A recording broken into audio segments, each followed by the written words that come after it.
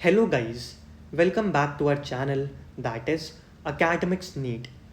बेटा मेरा नाम है रोहित खंडेलवाल एंड आज हम स्टार्ट कर रहे हैं मंजिल सीरीज़ में फिज़िक्स का चैप्टर जिसका नाम है मोशन इन 1D एंड आज है इसका लेक्चर नंबर 5। देखो लास्ट लेक्चर तक हमने क्या सीखा था। हमने सीखा था पोजीशन वेक्टर के बारे में, राइट। हमने सीखा था डिस्प्लेसमेंट वेक्टर के बारे में। हमने सीखा था बेटा कि डिस्टेंस एंड डिस्प्लेसमेंट किस तरीके से कैलकुलेट करते हैं सर्कुलर ट्रैक के अंदर। हमने बेटा डायरेक्शंस भी सीखी थी, डायरेक्शंस के कोऑर्डिनेट्स निकालना भी सीखा था, है ना। कोऑर्डिनेट से मतलब क्या है मेरा, कोऑर्डिनेट से मतलब है बेटा unit vector along north west, south east and north east, right. और मैंने आपको बताया था बेटा किस तरीके से डायरेक्शन को लिखा जाता है। यहाँ तक आई डोंट थिंक कोई दिक्कत होगी यार, है ना। अगर आपने इससे पहले वाले लेक्चर्स नहीं देखे हैं भाई तो क्वेश्चंस पे डायरेक्ट मत कूदो, हो सकता है आपको चीज़ें समझ में ना आए। अगर आपने ऑलरेडी कहीं से पढ़ रखा है डिस्टेंस एंड डिस्प्लेसमेंट के बारे में then you can obviously continue. चलिए स्टार्ट करते हैं यार। पहला क्वेश्चन हमसे कहता है कि अगर displacement of the object is zero then which is true. Distance में be zero, distance must be zero, both are true and D option है नन इज़ ट्रू। चलिए सॉल्व कीजिए भाई, पॉज करो वीडियो को, ठीक है, एंड सॉल्व करने की कोशिश करो। तो यार होप कि आपने क्वेश्चन सॉल्व कर लिया होगा, है ना। आंसर मैच करते हैं भाई, एक्सप्लेनेशन सुनना मेरी। देखो क्वेश्चन ने कहा कि किसी ऑब्जेक्ट की डिस्प्लेसमेंट ज़ीरो है, डिस्प्लेसमेंट ज़ीरो। मैंने आपको यार एक बात बताई थी, डिस्प्लेसमेंट ज़ीरो दो केस के अंदर होती है। पहला भाई, या तो बेटा ऑब्जेक्ट किस पे है, रेस्ट पे, ठीक है, ऑब्जेक्ट नहीं लिख रहा मैं, बॉडी लिख रहा हूँ, ठीक है। बॉडी किस पे रही, रेस्ट पे। या फिर बेटा इनिशियल और फाइनल पोजीशन क्या हो गई, सेम। देखो अगर बॉडी चली भी तो इनिशियल और फाइनल पोजीशन क्या हो गई, बॉडी की सेम हो गई, राइट। तो इनिशियल कॉमा फाइनल पोजीशन क्या हो गई, सेम हो गई बॉडी की। इतनी बात समझ में आ रही है। अब मुझे एक बात बताओ, देखो अगर बेटा डिस्प्लेसमेंट ज़ीरो है तो बॉडी रेस्ट पे है, और अगर बॉडी रेस्ट पे है तो दैट मीन्स बेटा बॉडी ने मूव ही नहीं किया, और बॉडी ने मूव नहीं किया दैट मीन्स डिस्टेंस भी ज़ीरो होगा। बिल्कुल सही बात है। लेकिन बेटा डिस्प्लेसमेंट ज़ीरो होने का तो ये वाला केस भी हो सकता है ना कि बॉडी मूव करी हो और हो सकता है इनिशियल एंड फाइनल पोजीशन क्या हो गई हो, सेम हो गई हो। तो क्या इस केस के अंदर आपका डिस्टेंस ज़ीरो आएगा क्या, नहीं सर। इनिशियल और फाइनल पोजीशन अगर सेम है तो ऑब्वियसली बेटा देखो, मान लो ए पॉइंट से बेटा बॉडी ने स्टार्ट किया चलना, तो घूम फिर के अगर वो वापस से ए पे आया तो ये डिस्टेंस तो उसने कवर किया है ना, चला तो वो है।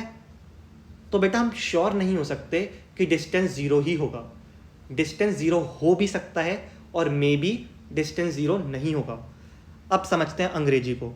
नीट का पेपर बेटा इज़ मोस्टली अबाउट अंग्रेजी, ठीक है। तो डिस्टेंस मे बी ज़ीरो, हो सकता है डिस्टेंस ज़ीरो हो, जो कि मुझे लग रहा है बिल्कुल करेक्ट ऑप्शन है ना। Distance must be zero. अब बी ऑप्शन कहता है कि डिस्टेंस ज़ीरो ही होना चाहिए।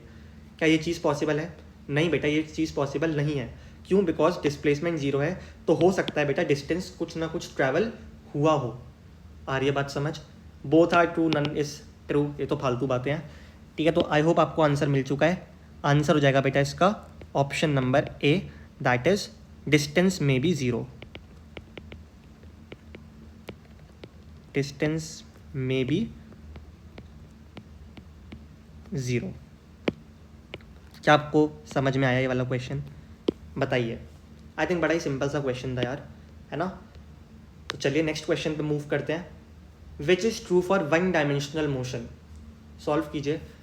Distance is equals to the mod of displacement, distance is greater than the mod of displacement, distance is greater than equals to the mod of displacement, distance is smaller than displacement. तो ये चार option है यार आपके पास, solve कीजिए। तो I hope यार आपने सॉल्व कर लिया इस क्वेश्चन को भी। हम भी स्टार्ट करते हैं इसको सॉल्व करना। देखो एक छोटा सा लॉजिक और एक क्वेश्चन वहीं पे समाप्त। मुझे बस एक बात बताओ यार, अभी अभी जस्ट हमने बात करी डिस्टेंस एंड डिस्प्लेसमेंट के बारे में, राइट। क्या कोई ऐसा केस हो सकता है जिसमें बेटा डिस्प्लेसमेंट ज़्यादा आ जाए डिस्टेंस से, सर ये कैसी अजीब बात कर रहे हो? डिस्प्लेसमेंट होता है शॉर्टेस्ट रास्ता दो जगहों पे पहुंचने का। मतलब बेटा ये, अगर आप ए और बी आपने ट्रैवल किया, राइट, अगर आपने बेटा ए से बी पे ट्रैवल किया तो बेटा डिस्टेंस तो बहुत सारे हो सकते हैं यहाँ तक पहुँचने के, ये भी हो सकता है, ये भी हो सकता है ना। लेकिन डिस्प्लेसमेंट क्या होगा बेटा? शॉर्टेस्ट रास्ता ए से बी पहुँचने का, जो कि स्ट्रेट लाइन में ही आपको मिलेगा। आ रही है बात समझ में? तो एक बात बताओ, क्या डिस्टेंस जो है वो कभी छोटा हो सकता है डिस्प्लेसमेंट से? सर नहीं, ये तो ऑब्वियस सी बात है। देखो याद रखना है इस बात को, डिस्टेंस बेटा मैक्स टू मैक्स क्या हो सकता है? डिस्प्लेसमेंट के इक्वल हो सकता है, लेकिन डिस्टेंस कभी छोटा नहीं हो सकता डिस्प्लेसमेंट से। क्यों सर? देखो मैं आपको बताता हूँ क्यों। मान लो बेटा आपने इस रास्ते से ट्रैवल किया ए से बी पॉइंट तक।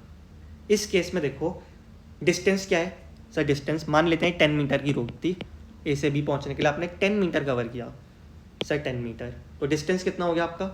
10 मीटर। अब मुझे बताओ इस केस के अंदर डिस्प्लेसमेंट कितनी है? सर डिस्प्लेसमेंट सर वो भी 10 मीटर। क्यों? बिकॉज ये डिस्प्लेसमेंट वाला ही रास्ता तो था। आ रही है बात समझ? क्या कहना चाहता हूँ मैं? ए से बी का बेटा शॉर्टेस्ट डिस्टेंस भी यही है। क्लियर हो रही है ये वाली चीज़? तो याद रखना बेटा, डिस्टेंस जो है वो इक्वल तो हो सकता है डिस्प्लेसमेंट के, लेकिन कभी भी डिस्प्लेसमेंट से छोटा नहीं होगा।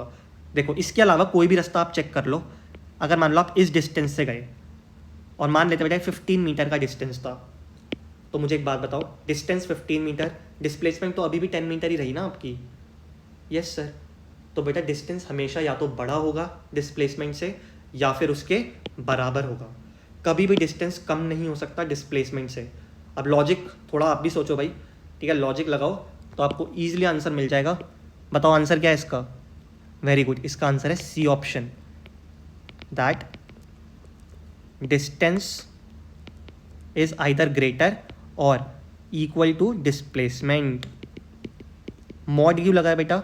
बिकॉज डिस्प्लेसमेंट के बाद बेटा डायरेक्शन होती है, हो सकता है डायरेक्शन नेगेटिव से शो करी हो, है ना। तो नेगेटिव वेगेटिव बेटा सिर्फ डायरेक्शन के लिए होते हैं। हम कंपेयर कर रहे हैं अभी क्या? सिर्फ मैग्नीट्यूड, सिर्फ वैल्यू को कैलकुलेट कर रहे हैं, वैल्यू को कंपेयर कर रहे हैं। आ गई बात समझ में? तो आई थिंक बड़ा ही सिंपल सा क्वेश्चन था यार ये भी। थर्ड क्वेश्चन ट्राई करो। Which of the following can be possible for distance time graph? इनमें से कौन सा पॉसिबल है डिस्टेंस टाइम ग्राफ के लिए?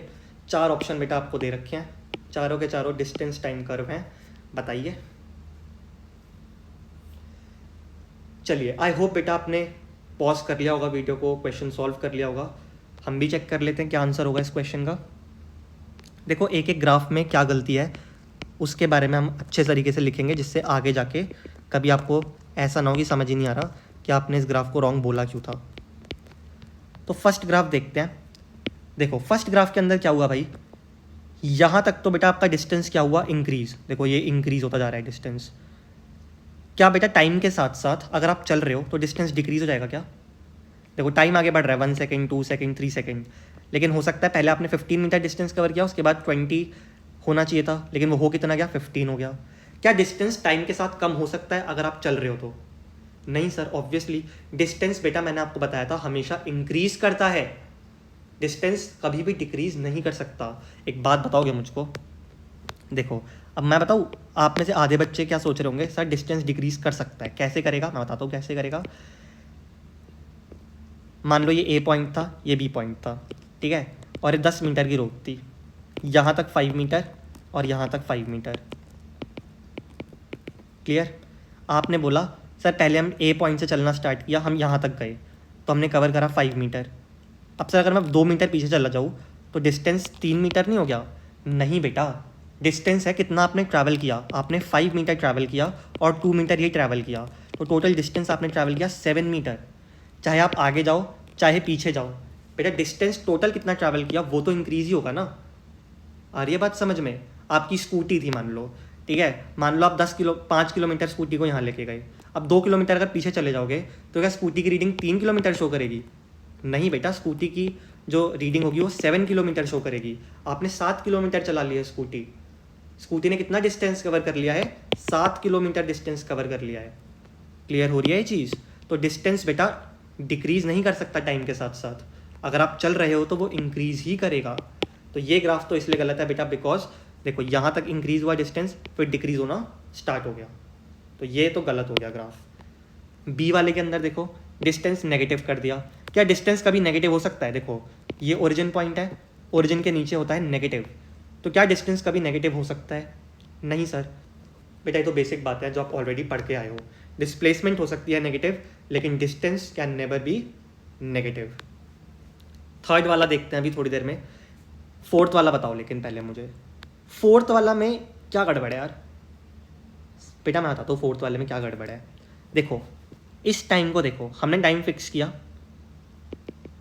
क्या एक टाइम पे बेटा डिस्टेंस की दो दो वैल्यूज़ हो सकती है? देखो ना, ये भी वैल्यू है इस टाइम पे और ये भी वैल्यू है। क्या एक टाइम पे डिस्टेंस की दो वैल्यूज़ पॉसिबल हैं? नहीं बेटा, है ना। एक टाइम पे एक ही डिस्टेंस पे हो सकते हो, तो डिस्टेंस की वैल्यूज़ कैसे पॉसिबल हैं एक टाइम पे? तो डी ऑप्शन भी क्या है आपका गलत। अब ज़रा बेटा सी ऑप्शन देखते हैं। यहाँ तक डिस्टेंस इंक्रीज़ हुआ, कोई दिक्कत नहीं है। उसके बाद हो सकता है बेटा बॉडी रुक गई हो, क्योंकि बॉडी रुक जाएगी तो देखो टाइम तो आगे बढ़ रहा है, लेकिन भाई डिस्टेंस की वैल्यू क्या है? सेम, तो बॉडी रुक चुकी है इसका मतलब। उसके बाद बेटा वापस बॉडी ने जब चलना स्टार्ट किया तो उन्होंने दिखाया डिस्टेंस इंक्रीज़ कर रहा है, तो बिल्कुल ठीक है।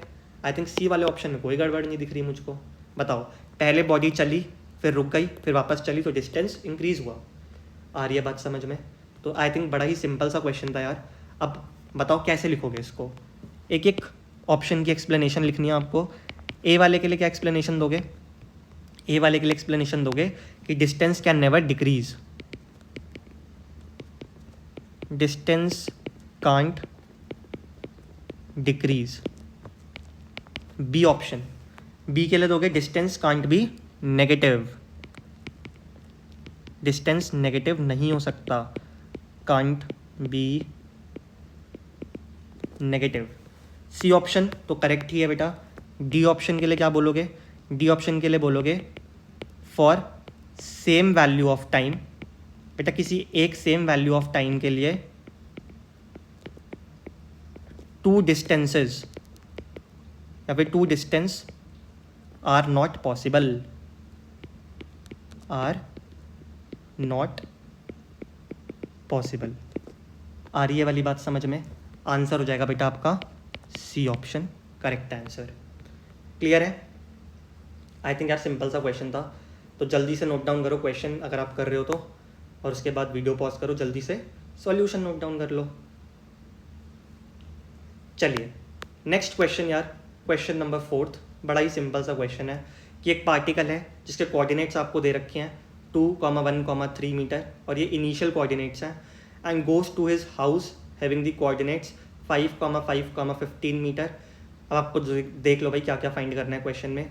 Initial position vector, final position vector, displacement vector and magnitude of displacement. मैं आपको सही बता रहा हूँ, जिसने बेटा पिछली वीडियो मेरी देखी है उसके लिए बेटा ये बहुत ही बकवास क्वेश्चन है, कुछ ज़्यादा ही सिली क्वेश्चन हो गया भाई ये। तो सॉल्व कर दो भाई,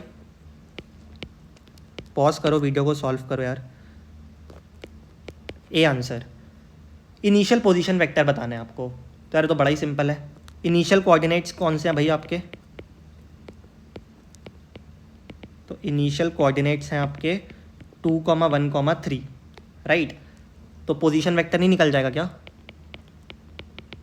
पोजीशन वेक्टर क्या हो जाएगा इसका बताओ? 2i cap, very good, 1j cap plus 3k cap. लिखना सिखाया था ना भाई पोजीशन वेक्टर, कि पहले वाला x को रिप्रेजेंट करता है, फिर y को, और लास्ट वाला z को। तो पहला नंबर लिखा, उसके बाद x के लिए unit vector i cap, very good, फिर प्लस का साइन लगाया। y का कोऑर्डिनेट लिखा, y के लिए यूनिट वेक्टर j कैप, फिर वापस से प्लस का साइन लगाया।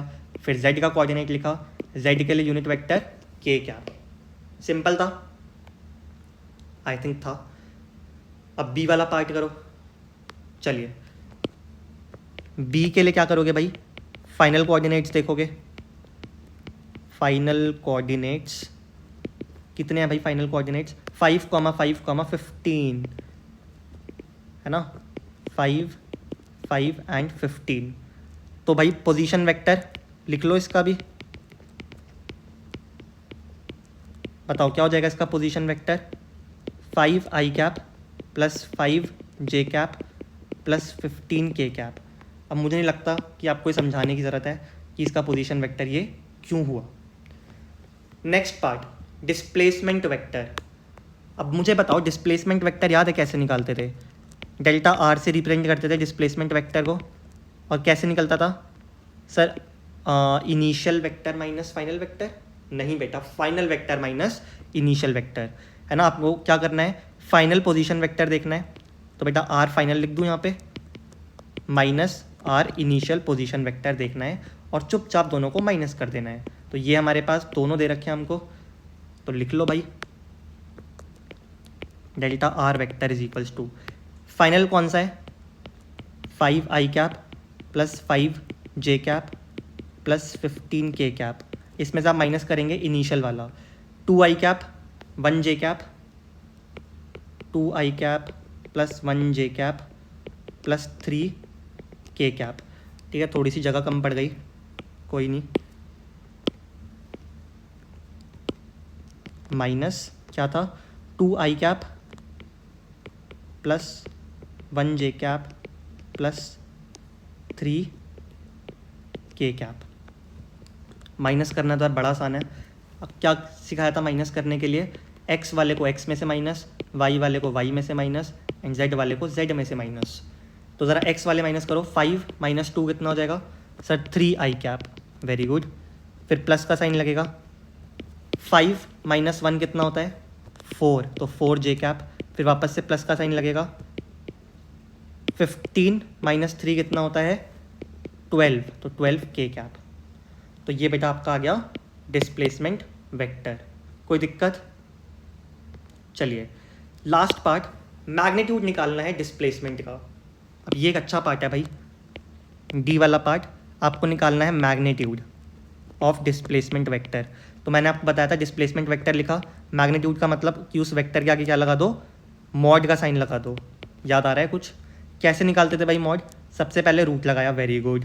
उसके बाद आई के आगे जो लगा है उसका स्क्वायर, आई के आगे क्या लगा है सर? 3, तो 3 का स्क्वायर 9, प्लस जे के आगे क्या लिखा है सर? 4, 4 का स्क्वायर 16, प्लस 12 के आगे क्या लिखा है सर? सॉरी, के कैप के आगे क्या लिखा है सर? 12, एंड 12 का स्क्वायर 144। बेटा इसको ऐड करो तो आएगा बेटा 169। कितना आएगा? 169। तो हम यहाँ पे लिख लेते हैं 169 अंडर रूट में, और आप सबको पता होना चाहिए 169 किसका रूट होता है? 13 का। तो डिस्प्लेसमेंट आ गई 13 मीटर। देखो मीटर में दे रखा था। तो आई बात समझ में कि मैग्नीट्यूड ऑफ डिस्प्लेसमेंट 13 मीटर कैसे आया। सिंपल सिंपल से क्वेश्चन हैं यार। कब लगेंगे आपको सिंपल? बेटा जब आप पिछला रिवाइज करके आओगे। चलो एक बार कॉपी कर लो भाई, ठीक है।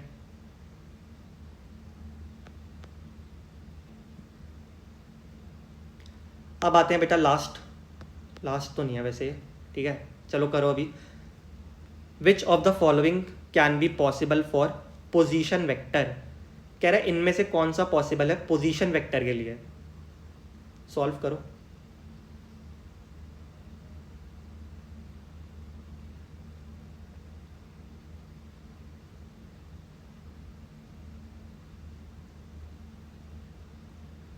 अच्छा क्वेश्चन ना थोड़ा सा चेंज कर लो यार, ठीक है। यहाँ पे लिखो which of the following is not possible for position vector. अब ठीक है question, which of the following is not possible for position vector. अब करो इसको सॉल्व। चलिए आई होप यार आपने क्वेश्चन सॉल्व कर लिया होगा। आसान सा क्वेश्चन है। देखो डिफरेंस पता है क्या है? पहले भी एक क्वेश्चन हमने ऐसा सॉल्व किया था, वहाँ पे था डिस्टेंस टाइम ग्राफ। डिस्टेंस के साथ प्रॉब्लम ये थी यार कि ना वो नेगेटिव हो सकता ना वो डिक्रीज हो सकता, लेकिन बेटा पोजीशन के साथ ऐसी कोई दिक्कत नहीं है। पोजीशन बेटा नेगेटिव हो सकती है, बिल्कुल हो सकती है। क्या आप नेगेटिव एक्स एक्सिस या फिर नेगेटिव वाई एक्सिस के अंदर खड़े नहीं हो सकते क्या? मुझे बताओ। पोजीशन की बात है ना, ओरिजिन पे भी खड़े हो सकते हो आप, राइट। आप बेटा पॉजिटिव में भी खड़े हो सकते हो और नेगेटिव में भी खड़े हो सकते हो। तो पोजीशन के साथ बेटा ये दिक्कत है ही नहीं, ठीक है। तो पोजीशन के साथ बेटा ये दिक्कत नहीं है कि वो पॉजिटिव ही होनी चाहिए, वो नेगेटिव हो सकती है। हो सकता है बेटा पहले आप पॉजिटिव में चल रहे हो, फिर बेटा आप नेगेटिव में आ जाओ, ये चीज़ भी पॉसिबल है। तो ए ग्राफ भी पॉसिबल है एंड बी ग्राफ भी पॉसिबल है। सी ग्राफ देखो, सी ग्राफ के अंदर भी यही है, पहले आपकी पोजीशन बेटा पॉजिटिव के अंदर थी, फिर आप बेटा उसी पोजीशन पर रुक गए, फिर बेटा आप और आगे चलने लग गए, तो यहाँ पे भी कोई दिक्कत नहीं है। लेकिन बेटा डी के अंदर दिक्कत है।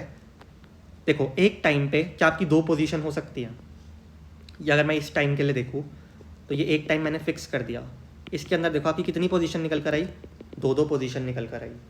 क्या एक टाइम पे दो दो पोजीशन? No sir.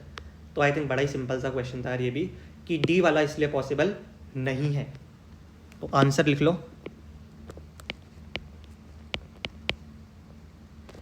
क्या लिखोगे? पोजीशन कैन बी नेगेटिव और इट कैन इंक्रीज और डिक्रीज। देखो टाइम के साथ साथ बेटा पोजीशन आपकी इंक्रीज भी हो सकती है, दिख रहा है बेटा आपको इंक्रीज होती है पोजीशन टाइम के साथ साथ, और डिक्रीज भी हो सकती है। क्लियर? तो वो कोई मसला नहीं है ना। अगर मैं पाकिस्तानी होता तो मैं एकदम ऐसे ही बोलता, मैंने देखा यार वो लोग ऐसे ही बोलते हैं, कोई मसला नहीं है। चलो, तो पोजीशन कैन बी नेगेटिव और इट कैन इंक्रीज और डिक्रीज। तो डी ऑप्शन आपका आंसर हो गया। ठीक है, क्यों हुआ D option answer? Because same देखो रीजन है, फॉर वन टाइम पीरियड, है ना, एक टाइम पे बेटा आपकी एक से ज़्यादा पोजीशन नहीं हो सकती। Position can't be two. क्या लिखा मैंने? Because for one time period, एक टाइम पीरियड के लिए पोजीशन दो नहीं हो सकती। देख लो यहाँ पे दो दो पोजीशन है एक टाइम पीरियड के लिए। क्लियर? तो बस ये वाला क्वेश्चन भी यार आसान सा था। नेक्स्ट क्वेश्चन देखो, find the distance and displacement if object moves from A to B. देखो ये पॉइंट ए है, ए एंड आपको क्वेश्चन में देखा है ए ओरिजिन है, इस सर्कल का रेडियस आपको आर दे रखा है, और आप ऐसे गए, पहले आपने यहाँ से यहाँ गए, फिर आप ऐसे गए और बी तक पहुँच गए। तो इस केस के लिए बताओ डिस्टेंस भी एंड डिस्प्लेसमेंट भी, बताइए भाई।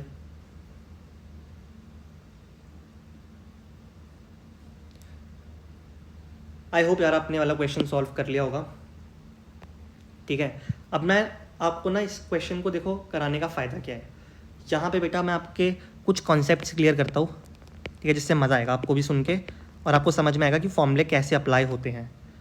याद है मैंने आपको डिस्टेंस का एक फॉर्मूला बताया था सर्कल के अंदर, that is R theta, and मैंने आपको बताया था डिस्प्लेसमेंट का भी एक फॉर्मूला होता है 2r साइन थीटा बाई 2। कुछ याद आ रहा है ऐसा? बिल्कुल आ रहा है सर। अब मुझे एक बात बताओ बेटा, क्या ये वाला फॉर्मूले इसमें लग जाएंगे इस क्वेश्चन के अंदर? नहीं लग सकते। क्यों नहीं लग सकते सर? बेटा बिकॉज इस बार ए कहाँ दे दिया आपको? सेंटर ऑफ द सर्कल में। याद करो जब मैंने आपको वाला क्वेश्चन कराया था ना, तो उसके अंदर ए बी कहाँ पे था? इस सर्कल के ऊपर, इस सर्कल के ऊपर होने चाहिए ए और बी पॉइंट, तभी बेटा आप इन दोनों फॉर्मूले को लगा सकते हो, अदरवाइज ये दोनों फॉर्मूले नहीं अप्लाई कर सकते। दिखाओ सर, प्रूफ दो। देखो मैं आपको प्रूफ देता हूँ कि जब मैंने आपको सिखाया था ना ये वाला पार्ट, तो देखो इसमें ए वाला पॉइंट भी कहाँ पे है? सर्कल पे। बी वाला पॉइंट भी कहाँ पे है? सर्कल पे। सेंटर में कोई पॉइंट नहीं था। इस बार बेटा पार्टिकल सेंटर में था और पहले वो यहाँ भागा, उसके बाद वो यहाँ भागा, तो आप डायरेक्टली इन फॉर्मूलों को ऐसे अप्लाई नहीं कर सकते। तो सर कैसे अप्लाई करें? मैं बताता हूँ आपको कैसे अप्लाई करोगे। देखो आपको क्या कैलकुलेट करना है सबसे पहले? Sir distance. तो सबसे पहले डिस्टेंस कैलकुलेट करना है, तो आप बस इतना दिमाग लगाओ कि बॉडी कहाँ से कहाँ चली है। सबसे पहले बेटा बॉडी यहाँ से यहाँ तक उसने इतना डिस्टेंस ट्रैवल किया। ये डिस्टेंस कितना है? सर रेडियस के इक्वल। तो सबसे पहले तो उसने रेडियस के इक्वल डिस्टेंस ट्रैवल किया। उसके बाद उसने कितना डिस्टेंस ट्रैवल किया? देखो रेडियस प्लस, उसके बाद सर उसने कवर, अब यहाँ पे आ चुका है कौन? जो बंदा भाग रहा था वो यहाँ पे आ चुका है, उसने ये डिस्टेंस कवर किया। ज़रा एक बात बता दो भाई मुझको, यहाँ पे बंदा था, उसने यहाँ तक का डिस्टेंस कवर किया, उसने यही डिस्टेंस कवर किया है ना? Yes sir. एंगल कितना बनाया? सर ये तो सेमी सर्कल है ना? Yes sir. और सेमी सर्कल के अंदर एंगल कितना होता है भाई? सर 180। अगर आपको नहीं भी पता ना यार ये वाली बात, तो बहुत दिक्कत वाली बात है। वैसे तो आपको पता होगी ये वाली बात, आई होप कि एक सेमी सर्कल के अंदर बेटा 180 डिग्री का एंगल बनता है। देखो खुद सोचो, पूरे सर्कल के अंदर एंगल कितना होता है सर? 360 का। अगर मैं सर्कल को आधा कर दूँ तो उसका एंगल भी आधा हो जाएगा। कितना? 180, राइट? Yes sir. और एक बात बताओ, क्या यहाँ से यहाँ भागे हो तो उसके लिए फॉर्मूला अप्लाई हो सकता है आर थीटा? बिल्कुल हो सकता है। तो डिस्टेंस हुआ कितना? पहले ये आर और यहाँ से यहाँ तक का आर थीटा, तो R theta plus R distance ही तो ट्रैवल किया आपने, बताइए। तो आर प्लस आर थीटा, लेकिन दिक्कत है थीटा कितना है। देखो थीटा इस बार है 180 डिग्री। क्यों? बिकॉज आपने सेमी सर्कल बनाया है, ये सेमी सर्कल है, सेमी सर्कल के अंदर एंगल होता है 180 डिग्री का। लेकिन मैंने आपको कहा था कि इसको रेडियन में लेना है, तो आई होप आपको पता होगा 180 degree is equals to pi radian. तो बस थीटा की जगह वैल्यू पुट कर दो, तो आर प्लस आर और थीटा की जगह पे पाई, तो आर कॉमन आ जाएगा 1 प्लस पाई। इतना मीटर आपका डिस्टेंस हो गया।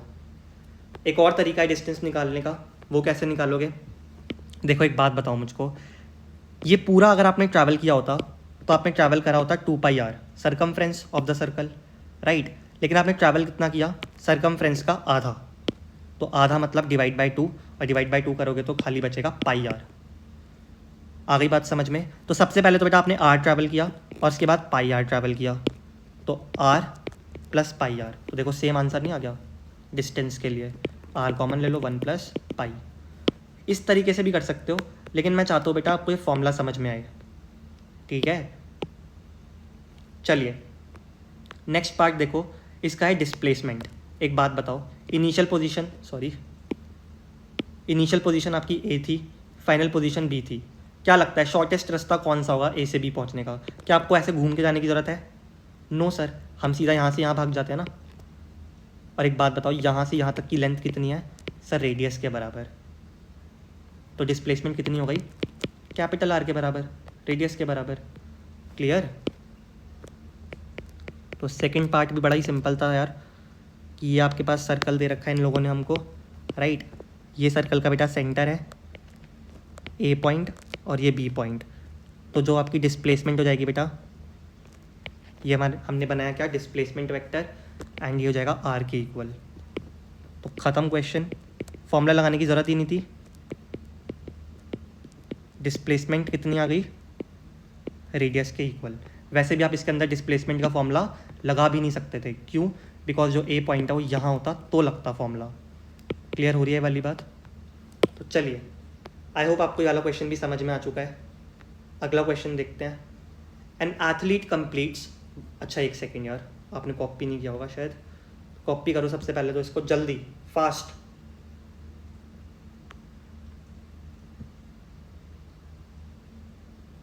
चलिए नेक्स्ट क्वेश्चन देखिए। An athlete completes 1 round of circular track of radius capital R in 40 seconds.